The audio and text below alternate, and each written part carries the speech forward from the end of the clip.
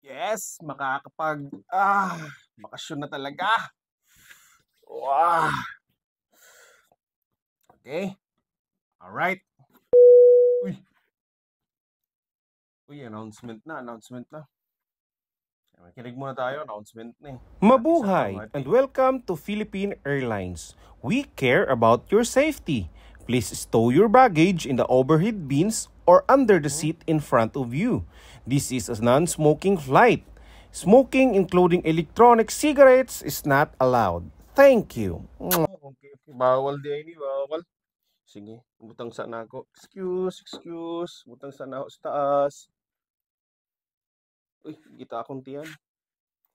Okay. Okay, thank you. Okay lang na. Basta kinaasa ubos. Okay. Hello, sir. How are you feeling today? Yes, ma'am. Hello, sir. You are sitting on the emergency exit row, so you are all gonna be willing and able to assist us in unlikely case of emergency. Ma'am. Yes, sir. So, ma'am, sa ako nakasalalay ang hinabuhi nilang tanan. Yes, sir. Parang ganun na nga po. So, mura kog superhero, ma'am. Superman, like Superman. Kaya kung ako dili na ako ning abrihan in case of emergency, tanan mi. So sa ako dapat ang kuan, ang responsibility, no? Isakay lang man kog eroplano mo, ganong hatagan mo kunin yung responsibility tapos ang iban tulog-tulog lang. Unfair.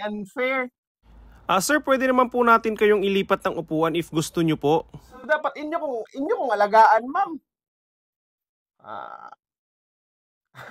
Gaya kong tubig, ma'am. Dapat.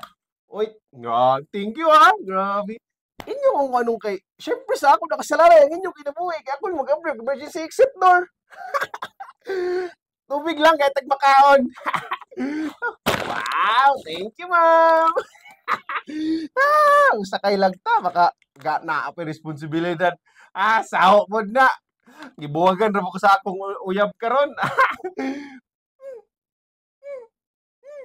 Wala ko lingaw. Abrihan ka na ako ni. Sir, wag po, sir. Wag po. Abrihan? Wag po. Abrihan? Sige. Kay butan mong ko. Superhero mong ko. Ako'y bahala sa inyo. Sige, tulog na ta. Okay, ma'am. Salamat.